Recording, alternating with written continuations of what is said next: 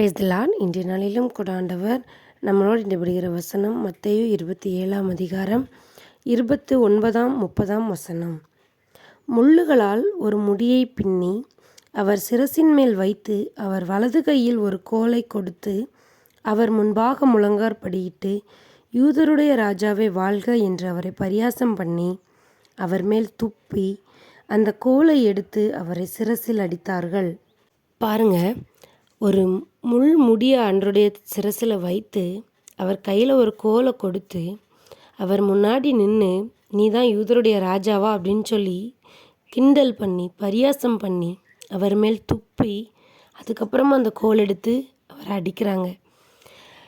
இதை அவரோடு கூட அவர் செய்த அற்புதங்களை எல்லாம் பார்த்து கொண்டிருந்த அந்த தேசத்தில் வாழ்ந்த மக்கள் தான் இந்த காரியத்தை செய்கிறாங்க.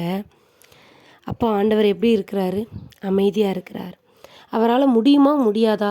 ஒரு நிமிஷம் ஒரு கோபம் வந்த ஆண்டவர் அவங்கள எல்லாரையும் அழித்து போடணும்னு நினச்சா ஒரு நொடி பொழுது போதாது. என்னையவா நீ இப்படி சொல்லுவா? என்னை நீ இப்படி நக்கல் பண்ணி பேசலாம்? என்னை நீ இப்படி கிண்டல் பண்ணுவியா? யூதருடைய ராஜாவே நீர் வாழ்கன்னு சொல்லி பரியாசம் பண்ணி ஆண்டவர் அடிக்கிறாங்க. ஆமாம், நான் உண்மையாகவே யூதருடைய ராஜாதான்னு சொல்லி ஆண்டவர் எழும்பி அவங்கள அழிக்கிறதுக்கு ஒரு நொடி பொழுது போதாது. ஈஸியாக ஆண்டவரால் செய்ய முடியும். அவருக்கு வல்லமை இருக்கா இல்லையா? இருக்குது. ஆனால் ஏன் ஆண்டவர் அமைதியாக இருந்தார்? பிதாவினுடைய சித்தம் நிறைவேறும்படிக்கு அவர் அமைதியாக இருந்தார். அவர் யூதருடைய ராஜா தான், யார் இல்லைன்னு சொன்னால். ஆனால் அதை நிரூபிக்கிறதுக்கு ஆண்டவர் முற்படவே இல்லை. ஏன்னா இன்னைக்கு நான் அடிக்கப்படுறது என்னுடைய பிதாவினுடைய சித்தமாக இருக்கிறது, நான் அதுக்கு கீழ்ப்படுகிறேன்னு சொல்லி ஆண்டவர் அவரை ஒப்பு கொடுத்தார். அன்பான தேவனுடைய பிள்ளைகளை, இன்றைக்கி நம்மளுடைய வாழ்க்கையை எடுத்து பாருங்கள். யாரோ ஒருத்தர் நம்மளை ஏதோ ஒரு வார்த்தை பேசிட்டாங்க பரியாசமாக, இல்லை ஏதோ தூஷணமாக பேசிட்டாங்க அப்படின்னு சொன்னால், நான் யாருன்னு அவளுக்கு காட்டுறேன், நான் யாருன்னு அவனுக்கு காட்டுறேன், என்ன போய் எப்படி இவங்க இப்படி பேசலாம், நான் என்ன அவ்வளோ இல்லாமலா இருக்கேன், அப்படியா இப்படியான்னு சொல்லி நம்ம எவ்வளோ வார்த்தைகள் பேசுகிறோம். நம்மளுடைய நடக்கைகள் எப்படி இருக்குது? நம்ம யாரை முன்மாதிரியாக எடுத்து நடந்துட்டுருக்கோம்? ஆண்டவரை முன்மாதிரியாக வைத்திருக்கிறோமா? இல்லைன்னா வேறு ஏதாவது மனுஷங்களை வைத்திருக்கிறோமா? இல்லைன்னா பிசாசானவனை வைத்திருக்கிறோமா? ஆண்டவருக்கு பிரியமில்லாதபடி நம்முடைய வாழ்க்கையை நம்ம நகர்த்துவோமே ஆனால் அது யாருக்கு பிரியமுள்ளதாக இருக்குன்னா பிசாசுக்கு பிரியமுள்ளதாக இருக்கும். இந்த பிரபஞ்சத்தில் உள்ள வாழ்க்கை மனுஷங்களை 2 டீமாக இருந்து சண்டை போட்டு தான் யார் பக்கம் அதிகமான ஆட்கள் வராங்கங்கிறதுக்கான ஒரு யுத்தம் மாதிரி தான் இது நடந்துகிட்ருக்கு. ஆண்டவருக்கு அதிகமான ஜனங்கள் வராங்களா, பிசாசுக்கு அதிகமான ஜனங்கள் ஆத்துமாக்கள் கிடைக்க போகுதா அப்படிங்கிறது. நம்மளுடைய ஆத்துமா யாருடைய ராஜ்யத்துக்கு நேராய் கடந்து சென்று கொண்டு இருக்கிறது என்று சொல்லி கொஞ்சம் நிதானித்து யோசித்து பாருங்கள். நம்ம ஆண்டவருக்கு நேராய் செல்லவில்லை என்றால் நம்ம சாதாரணமாக அது தன்னாலேயே டைவர்ட் ஆகி எந்த பக்கம் போயிடும்? பிசாசினுடைய ராஜ்யத்துக்கு நேராக நம்ம கடந்து செல்கிறவர்களாக இருப்போம்.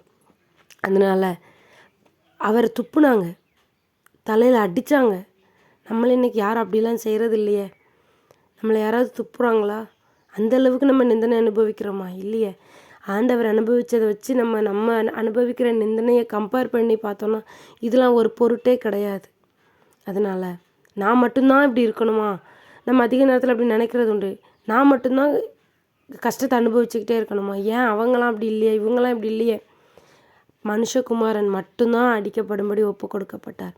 ஒருவேளை உங்களுடைய வாழ்க்கையில் நீங்கள் ஆண்டவருக்கு பிரியமுள்ளவர்களாக இருந்தும் நீங்கள் அதிகமாக நிந்தனை அனுபவிக்கிறீங்க, துன்பப்படுத்தப்படுறீங்கன்னா அதை ஆண்டவர் உங்களுக்கு கையில் கொடுத்துருக்கார். அப்படின்னா அவங்கள நம்பி அந்த வேலையை கொடுத்துருக்கிறார். என் பிள்ளை எவ்வளோ அடித்தாலும் என்னை விட்டு போக மாட்டான்னு சொல்லி பிசாசுக்கு ஆண்டவர் ஒரு சவாலாக அந்த காரியத்தை கொடுத்துருக்குறான்னு உங்கள் மனசில் வச்சுக்கோங்க. மகிமையில் ஆண்டவர் உங்களை நிறுத்துவார்.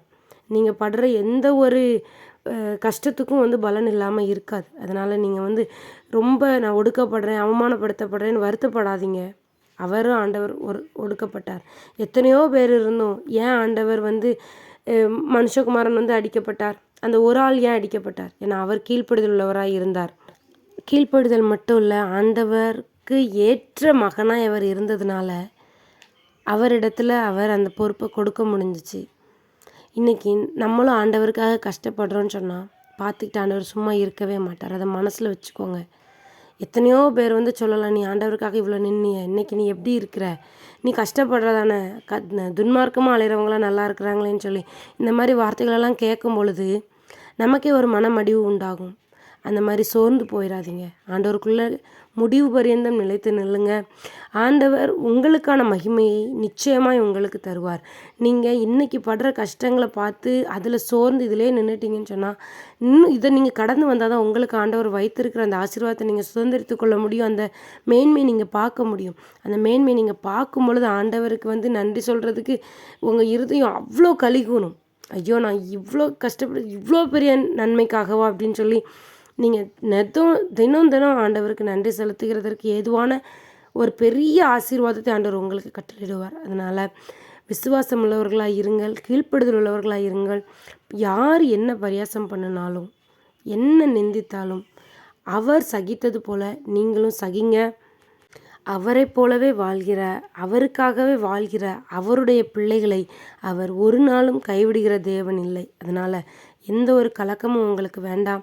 கர்த்தரை நம்பி முன் செல்லுங்க. கர்த்தர் உங்களை ஒவ்வொருவரையும் ஆசீர்வதிப்பாராக. God bless you.